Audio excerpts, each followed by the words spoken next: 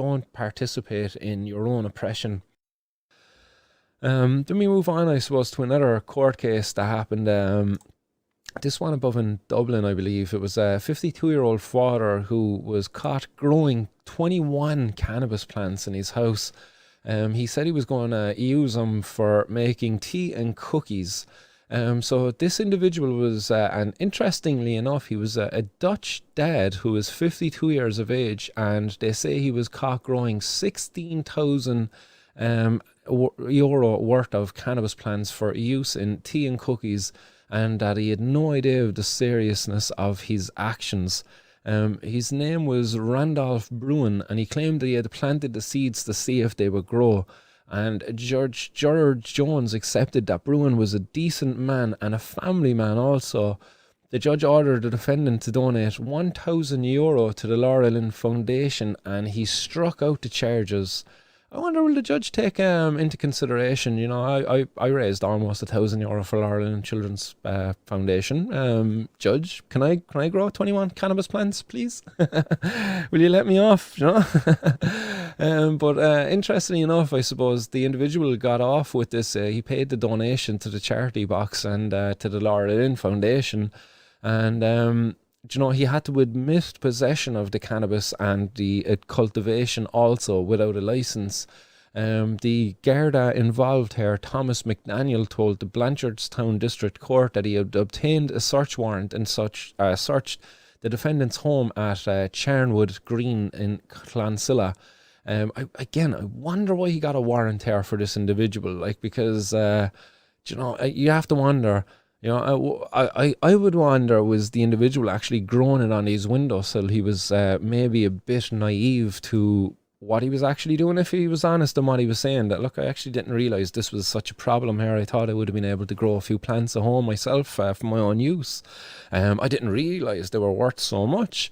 And he kind of contested the value of the plants too, because they were only being grown on the on windowsills around the house. They weren't actually being grown under any lights in tents or anything like this, because again, the Garda Thomas McDaniel shared with the court that during the course of the search, the Gardaí found cannabis plants in various locations, including the kitchen, a bedroom, and in a greenhouse at the rear of the property. So again, maybe the bathroom and the bedroom and the kitchen were at the back of the house. So maybe they weren't grown at the front of the house, but maybe one of the neighbours spotted them out the back and snitched them up. Again, I wonder how the cops how he was brought to the attention of the cops. Like, there's a snitch out there, unfortunately. The 21 plants in total, the cops say, had a total value of actually €16,800. And the court heard that the DPP had directed a summary trial in the district court on a guilty plea. Bruin, who had no previous convictions, was given the benefit of the donation to the charity box, and has not received a conviction then of that also. So very interesting, I suppose. Like, Bruin, who's 52 years of age, was growing cannabis for his own personal use. He kind of relays to the court the fact that, look, I didn't realise this was a big issue. You know, I've never been in trouble with the law before. Look, I won't do this again.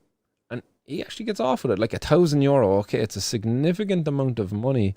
But, you know, it's like 21 cannabis plants, like that's a fair few plants, in fairness. Like, he could have locked them up because it's over €16,800.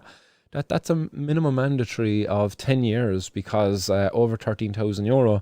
But judges have the power of discretion in extenuating circumstances.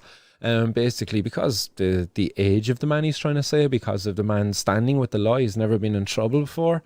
Maybe the fact because he's a Dutch national as well, like coming from Holland as well, you know, he comes with a bit of a culture there.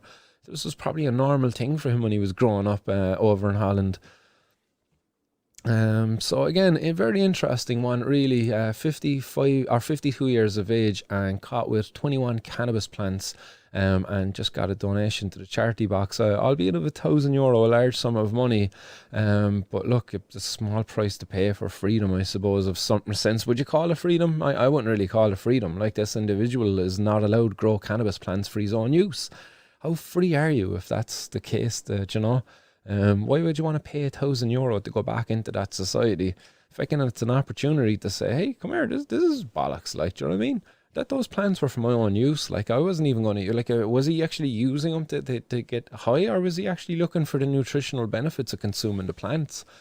Because it has so many other nutrients inside it. They're a very useful and beneficial plant to be consuming as part of a nice, healthy daily or a healthy lifestyle.